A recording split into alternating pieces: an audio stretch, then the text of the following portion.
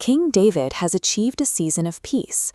With borders secure, he resides in a luxurious cedar wood palace, enjoying the stability he fought to secure.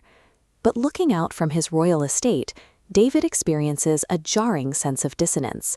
He lives in permanent wealth, while the Ark of the Covenant, representing God's presence, sits outside in a temporary, humble tent.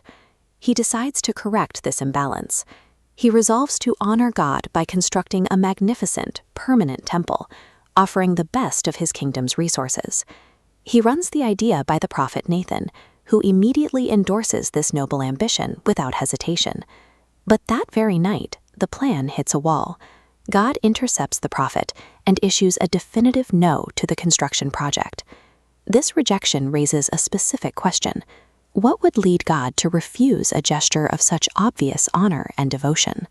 God provides his immediate reasoning to David. The divine presence has never required or requested a static structure of wood and stone to dwell in. To understand God's response, look at this diagram of the Hebrew word bait, or house, splitting into two paths. David wanted the first, a physical dwelling for God. But God announces a reversal. He will establish an eternal house, a royal dynasty, for David. God's veto is not a rejection of David's heart. He takes David's plan for earthly real estate and elevates it to a permanent divine legacy. This new arrangement is known as the Davidic covenant. It operates strictly as an unconditional promise of grace, distinct from any transactional human contract where a failure to perform breaks the deal. It is deeply intimate. God commits to a specific father-son relationship with David's royal lineage moving forward, and the terms are entirely secure. Even when future descendants fail or face discipline, God guarantees his loving kindness will never be revoked from the bloodline. Hearing this, David's reaction is immediate. He strips away his royal ego in the face of this overwhelming promise.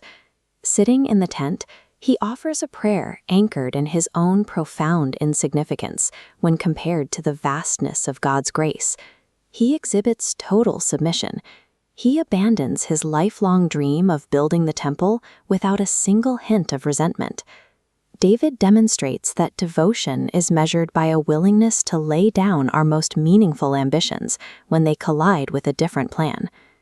In terms of the immediate historical logistics, God rejects David because his history as a warrior precluded him from the task.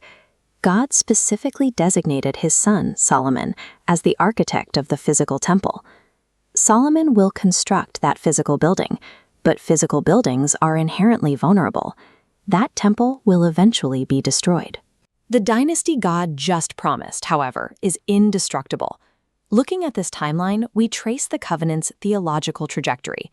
A promised everlasting throne must logically extend beyond normal human mortality, surging forward past human limits.